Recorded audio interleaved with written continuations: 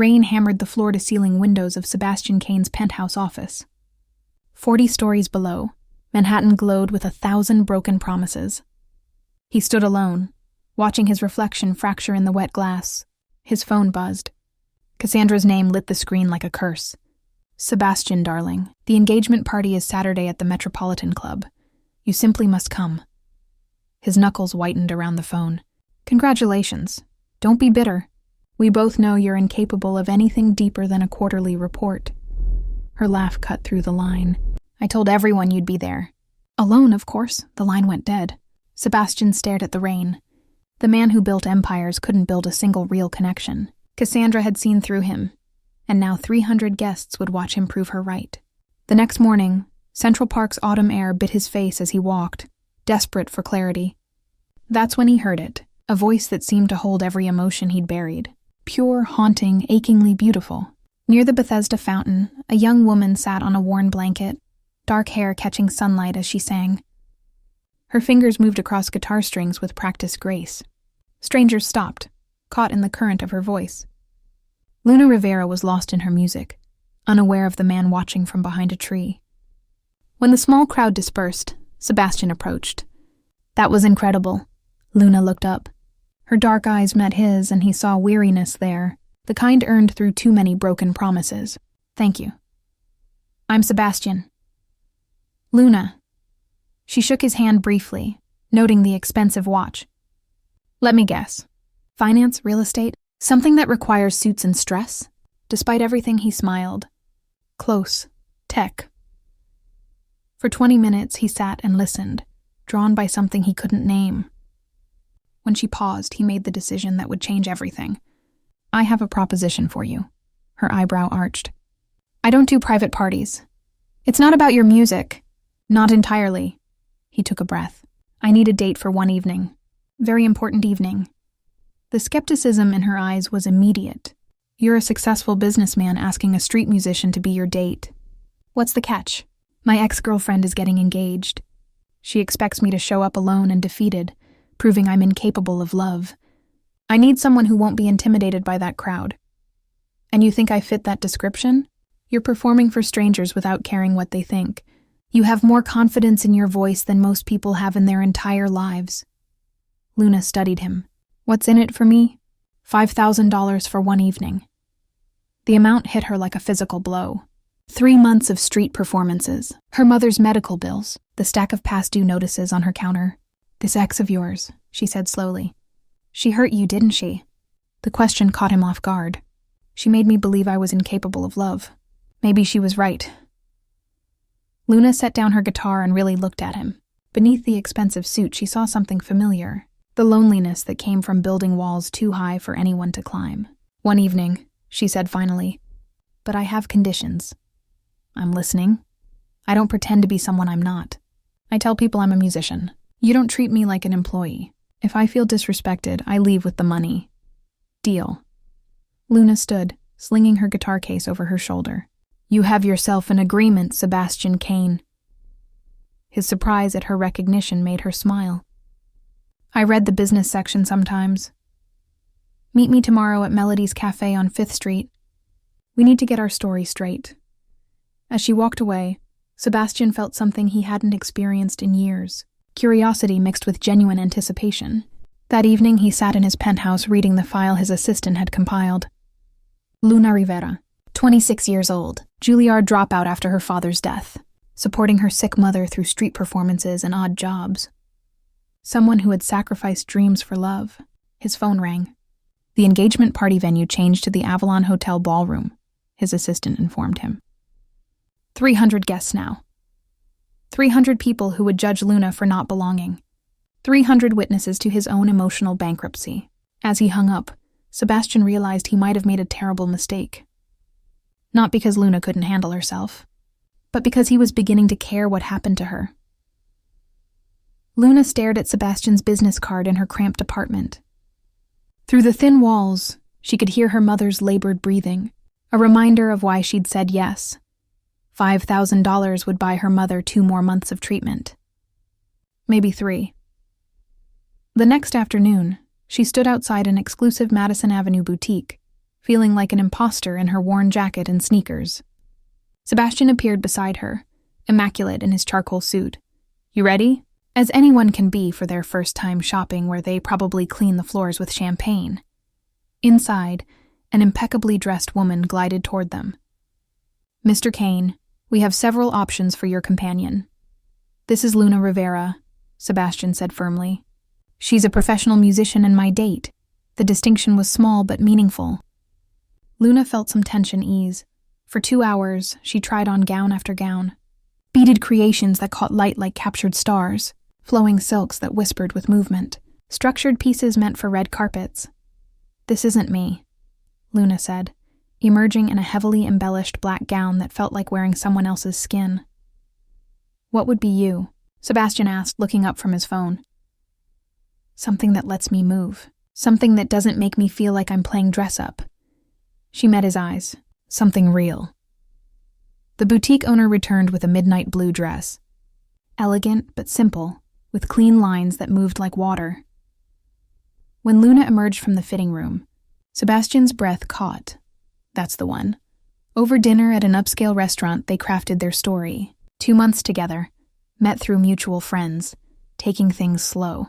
But as they talked, the fabricated details began weaving around genuine moments of connection. "Why music?" Sebastian asked as their entrees arrived. Luna's fingers traced the rim of her wine glass. "My father was a jazz pianist.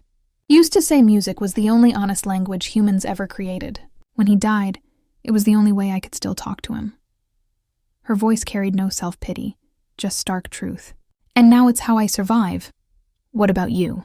She leaned forward. "When did you stop believing you were capable of love?" Sebastian's fork paused halfway to his mouth. Most people wanted to know about his net worth, his latest acquisition. No one asked about his heart. "My parents divorced when I was 12. Ugly custody battle. They used me as ammunition against each other, until I learned that loving someone just gave them weapons." He met her eyes. "Cassandra confirmed what I already knew. I'm better at building companies than relationships. Maybe you just never found someone worth the risk." The comment hung between them like a challenge. Later, walking through Washington Square Park, Luna stopped at a street musician playing violin. Without hesitation, she pulled out a 20 and dropped it in his case. "That's your grocery money," Sebastian observed. "Music deserves respect." She watched the violinist's fingers dance across the strings. "Besides, some things matter more than money." Sebastian studied her profile in the lamplight. "You really believe that, don't you?" "Don't you?" The question followed him home, echoing through his empty penthouse. He'd built his life on the principle that everything had a price. Everyone had an agenda. Luna Rivera was challenging the foundation of his worldview. The next morning brought disaster. His assistant burst into his office, face pale. "Sir, we have a problem." "What kind of problem?" "Cassandra just called. She knows you're bringing someone to the party." The assistant hesitated. She hired a private investigator. "She knows everything about Luna. Her background, her mother's illness, the street performances." Sebastian's blood ran cold. "How?" "She saw you together at the park." "She's been watching you. What does she want?" "She wants to meet Luna, tomorrow, at her office." The assistant's voice dropped. "She said if Luna doesn't show up, she'll make sure everyone at the party knows you hired a fake girlfriend. She'll destroy both of you." Sebastian stood, his mind racing. He'd underestimated Cassandra's cruelty. She didn't just want to win. She wanted to humiliate him completely. He grabbed his phone and dialed Luna's number. "We need to talk. Now." "What's wrong?" Everything just got a lot more complicated. When they met at a quiet cafe an hour later, Luna listened as Sebastian explained the situation. Her face remained calm, but her knuckles whitened around her coffee cup. "So your ex wants to interview me like I'm applying for a job. She wants to expose us, to make sure I look like a fool in front of everyone." Luna was quiet for a long moment. Then she looked up, and there was steel in her eyes. "Then we give her what she wants." "What do you mean?" "We go to her office. We play her game." Luna leaned forward. "But we play it better. We make her believe this is real. Luna, you don't have to do this. I can cancel the whole thing." "And lose your dignity? Let her win?" Luna shook her head. "No. We finish what we started." Sebastian studied her face. Why are you doing this? Because I know what it's like to be underestimated. Her voice was fierce. Because sometimes the only way to survive is to fight back. This could get ugly. Then we'll get ugly together. As they stood to leave, Sebastian caught her hand. Luna, I need you to know something. If this goes wrong, if Cassandra hurts you in any way, I'll make sure you get the money regardless. And I'll handle the fallout. Luna squeezed his hand. I'm not afraid of her, Sebastian. But I'm starting to wonder if you're afraid of something else. Like what? Cassandra's office occupied the top floor of a glass tower in Midtown. Everything about it screamed power. The pristine white furniture, the panoramic city views, the woman herself, perfectly sculpted in designer armor. Sebastian, and you must be Luna. Cassandra's smile was a blade wrapped in silk. Please sit. Luna didn't flinch. She crossed the room with quiet confidence and sat across from Cassandra, her midnight blue dress a stark contrast to the sterile white. I'll get straight to the point, Cassandra said, studying Luna like a specimen under glass. I know why you're here. I know about the arrangement. I know about your mother. Then you know I have nothing to hide, Luna replied evenly. Really? Because I think you have everything to hide. Cassandra leaned forward. You're a struggling musician playing pretend with a billionaire. How does that feel, knowing you're just another transaction? Sebastian started to speak, but Luna touched his arm. A silent message. I've got this. You want to know how it feels? Luna's voice was steady. It feels honest. I needed money. He needed a date. We made an agreement, no lies, no games. She paused. Can you say the same about your relationship? Cassandra's eyes flashed. Excuse me? You're marrying a man you don't love to prove a point to Sebastian. That's not a relationship. That's revenge. Luna tilted her head. So who's really playing pretend here? The room went silent. Sebastian stared at Luna, stunned by her fearlessness. Cassandra's perfectly composed mask cracked, just slightly. You have no idea what you're talking about. Don't I? You hired a private investigator to spy on your ex-boyfriend. You're threatening to humiliate him at your engagement party. Luna stood. That's not the behavior of someone who's moved on. That's someone who's still in love. Get out. Cassandra's voice was ice. Gladly. Luna turned to Sebastian. Are you coming? He stood, and they walked to the elevator together.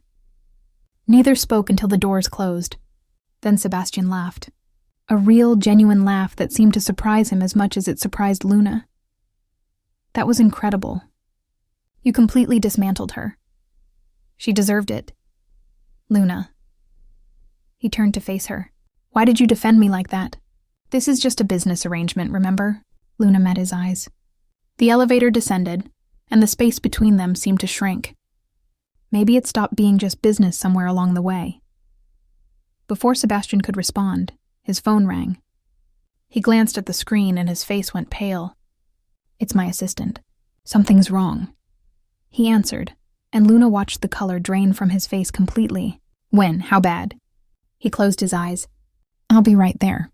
Sebastian, what happened? It's your mother. His voice was strained. She's in the hospital. She collapsed an hour ago. They couldn't reach you. Luna's world tilted. No. I have a car downstairs. We'll get you there. The drive to the hospital was a blur. Luna sat rigid, her hands clenched in her lap. Sebastian held one of them, anchoring her to reality. At the hospital, a doctor met them in the hallway. His face said everything. Miss Rivera, your mother's condition has deteriorated rapidly. We need to move her to intensive care immediately. The treatment she needs is expensive, and without insurance coverage. How much? Luna's voice was barely a whisper. For the immediate intervention? $50,000. The number crashed over her like a wave. $50,000. The $5,000 from Sebastian would barely make a dent. I'll cover it, Sebastian said immediately. Whatever she needs. All of it. Luna turned to him, tears streaming down her face. Sebastian, you can't. That's not part of our deal. To hell with the deal. His voice was fierce. This is your mother's life. I can't let you do that. I can't owe you that much. You don't owe me anything. He gripped her shoulders. Luna, please. Let me help. Before she could answer, the doctor's phone buzzed. He looked at the screen and his expression shifted. Miss Rivera, I need to tell you something else. We received a call 30 minutes ago. An anonymous donor has already paid for your mother's full treatment, including long-term care. Everything. Luna's legs nearly gave out. What? Who? They insisted on remaining anonymous. Sebastian's phone rang again. He stepped away to answer it, and Luna watched his face transform from confusion to fury. He hung up and turned to her.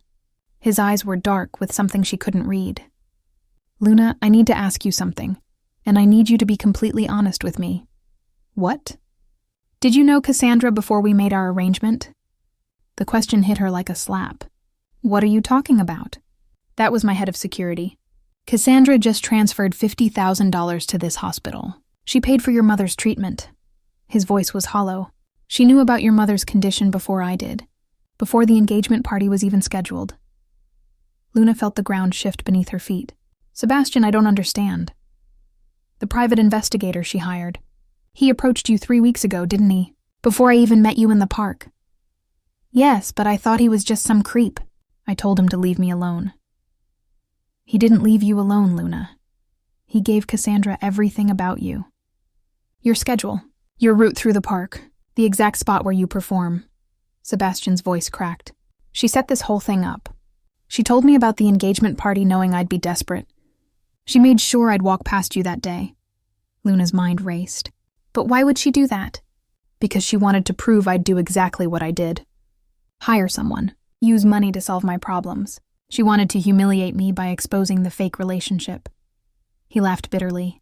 And now she's paid for your mother's care. So when the truth comes out at the party, you'll look like you were in on it from the beginning. But I wasn't. Sebastian, I swear I didn't know. He studied her face, and she saw the moment doubt crept in. How do I know that? How do I know this wasn't all planned? You get your mother's medical bills paid, and Cassandra gets to destroy me. Because I'm standing here telling you the truth. Luna's voice broke. Because everything I've said to you has been real. Has it? Or were you just a better actress than I thought? The accusation hung between them like poison. Luna stepped back, her face pale. You know what? Maybe Cassandra was right about you. You are incapable of love, not because you don't feel it, but because the moment something gets complicated, the moment you have to actually trust someone, you run. Luna. Don't. She held up her hand. Thank her for me. For my mother's treatment. But tell her she doesn't have to worry about exposing us at the party. What do you mean? Luna's eyes were wet, but her voice was steel. Because I'm done. The deal is off. You can face your ex alone. Just like she wanted. She turned and walked toward her mother's room, leaving Sebastian standing in the hallway, alone, just like he'd always been. And for the first time in years, Sebastian Cain felt his carefully constructed walls begin to crumble. She met his eyes. Like what happens if this actually works? The words hit him like a punch. Because she was right. He was terrified. Sebastian sat alone in his penthouse office as Saturday night approached. The engagement party was in 3 hours. Cassandra had won.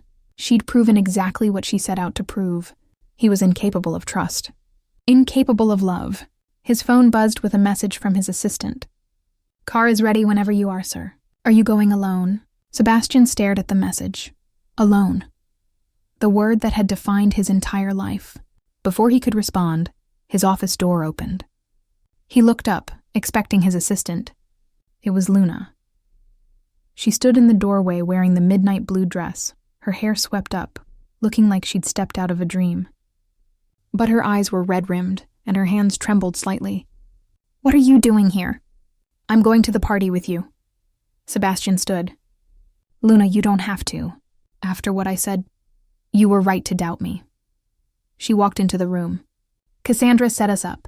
She manipulated both of us, and for a few hours she made you question if anything between us was real. I shouldn't have accused you.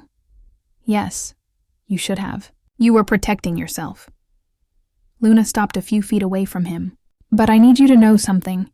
I didn't come here tonight because of the money. I didn't come because I feel obligated. Then why?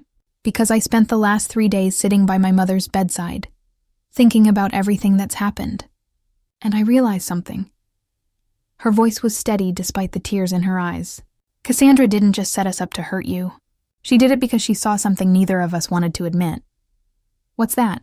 That this stopped being fake the moment we started being honest with each other. Sebastian felt something break open in his chest. Luna, I'm terrified, Sebastian. I'm terrified because I came into this thinking I could protect myself by keeping it transactional, but somewhere between the boutique and the hospital, between the lies we told others and the truths we told each other, I fell for you.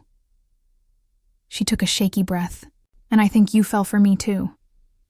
He crossed the distance between them in 3 steps. I did. God help me, I did. Then let's finish this. Together. Not because of some arrangement, but because we choose to. Sebastian cupped her face in his hands. If we walk into that party together, Cassandra will destroy us both. She'll expose everything. Your mother's treatment, the arrangement. She'll make it look sordid and calculated. I know. You'll be humiliated in front of 300 people. I know. So why would you do this? Luna smiled through her tears. Because sometimes the only way to beat someone who's weaponized your fear is to stop being afraid. Because I'm done letting people like her win. She paused. And because you're worth fighting for. Sebastian kissed her then. Soft at first, then deeper. A kiss that tasted like rain and regret and redemption all at once. When they pulled apart, he rested his forehead against hers. I don't deserve you. Maybe not. But you're stuck with me anyway. They arrived at the Avalon Hotel ballroom fashionably late. The room glittered with Manhattan's elite. Crystal chandeliers cast fractured light across marble floors. Champagne flowed like water. And in the center of it all stood Cassandra, radiant in white, her arm linked with her fiancé. When she saw Sebastian and Luna enter together, her smile turned predatory.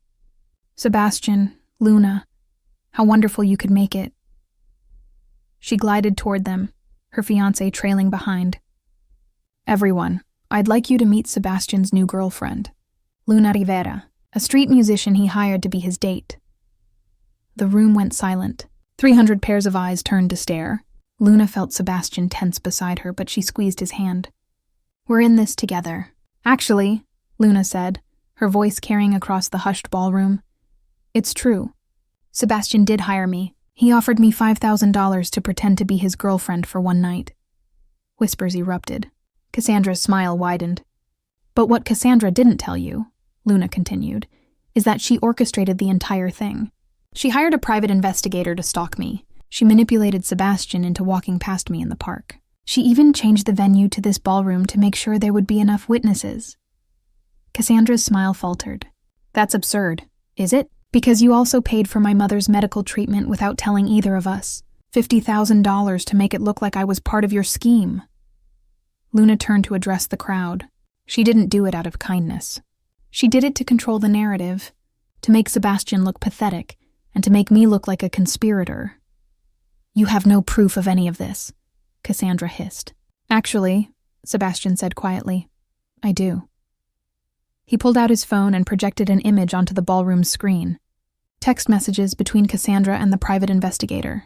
Detailed instructions on how to manipulate the situation. Evidence of the hospital payment. I had my security team dig deeper after our conversation at the hospital, Sebastian said. Turns out you weren't as careful as you thought. The room erupted in shocked murmurs. Cassandra's fiancé stared at her, his face pale.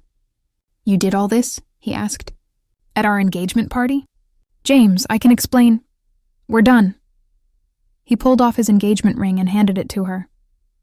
I won't marry someone capable of this level of cruelty. He walked out. Half the room followed him. Cassandra stood alone in her white dress, her perfect facade shattered.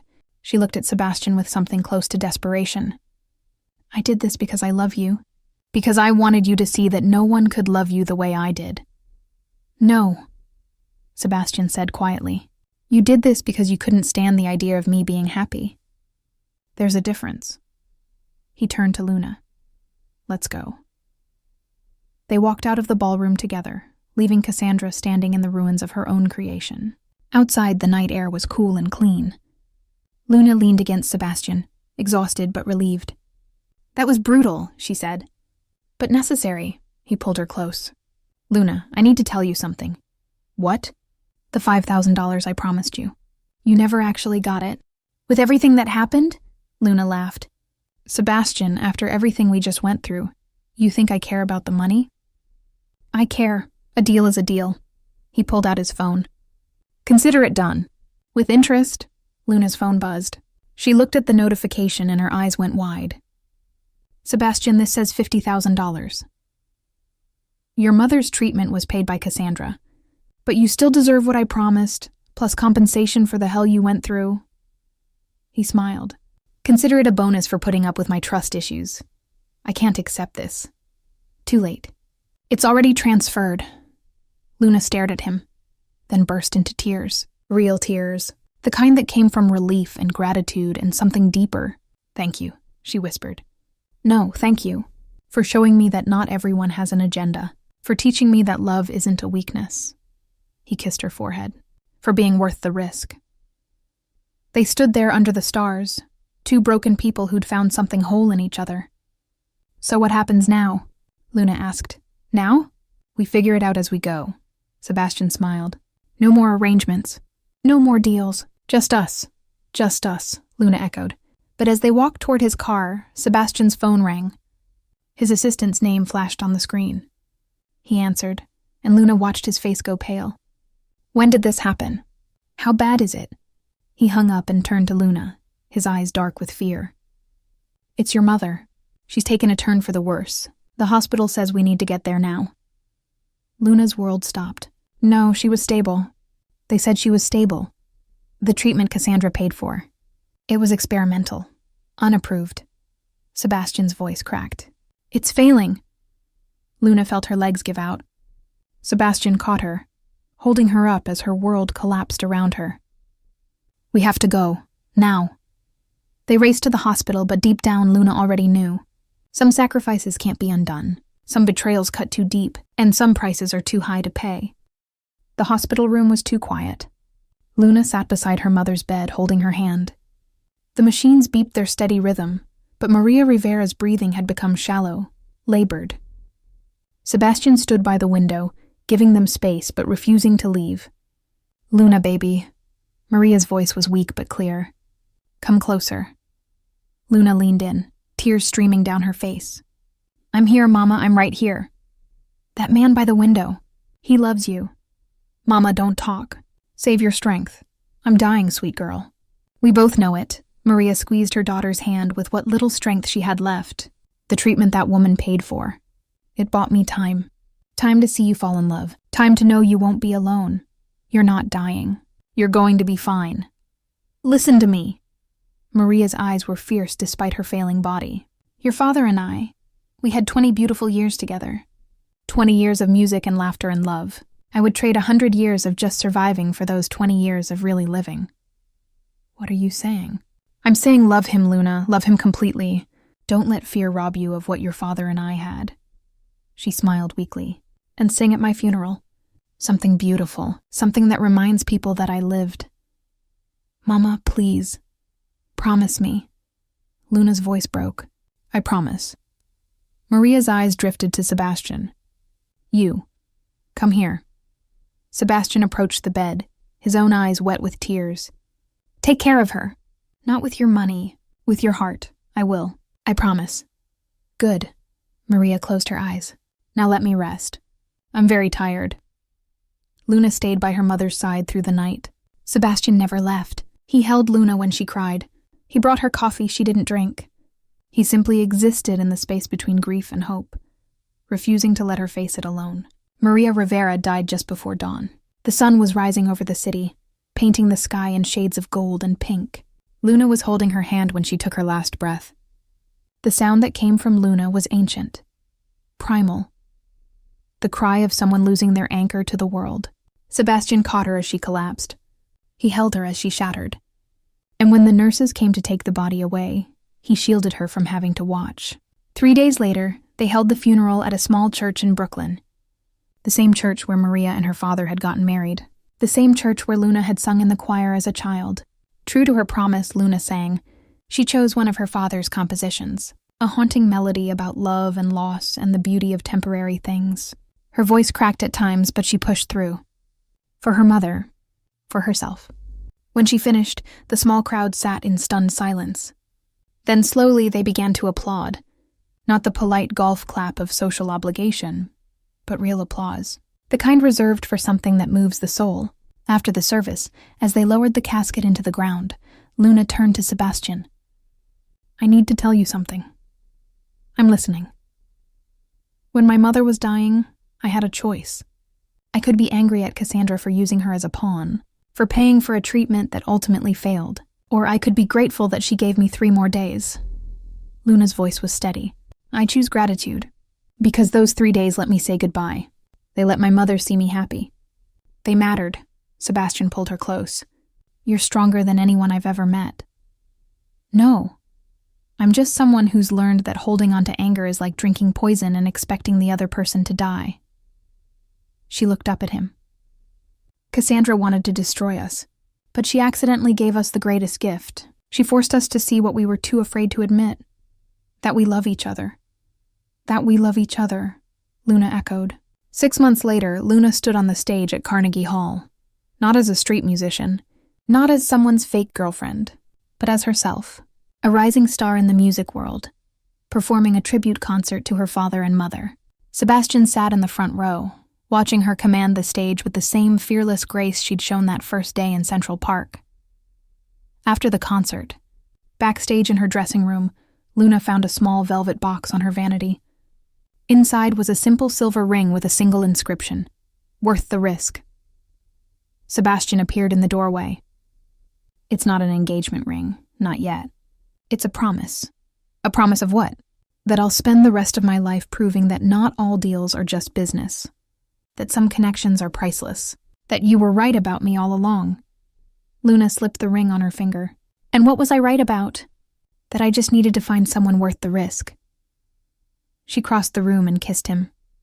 Soft and sweet and full of promise. "So what happens now?" she asked. "Now we live, really live, the way your mother wanted." He took her hand.